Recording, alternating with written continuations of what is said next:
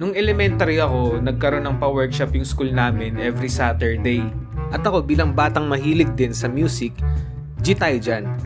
3 workshop lang ang sinalihan ko, ang piano workshop, guitar workshop, at ang acting workshop. Pero ibang kwento na to. Punta muna tayo sa piano at guitar workshop. Tuwing piano at guitar session, normal lang naman na magkantahan at makarinig ng mga magagandang boses. At oo, magaganda boses ng kaklase ko sa workshop. Pang-concert talaga. Pero isang beses sa workshop namin, habang break time namin, napagtripan lang namin magkakaklase na magkantahan.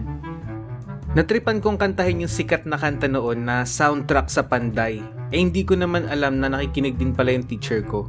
Kaya pagkatapos kong kantahin, sabi ng teacher ko, "Arkin, may boses ka pala?"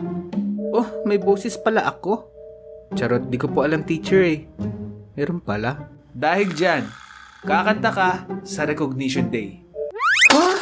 OMG! Kakanta ako? Ayoko. I'm shy.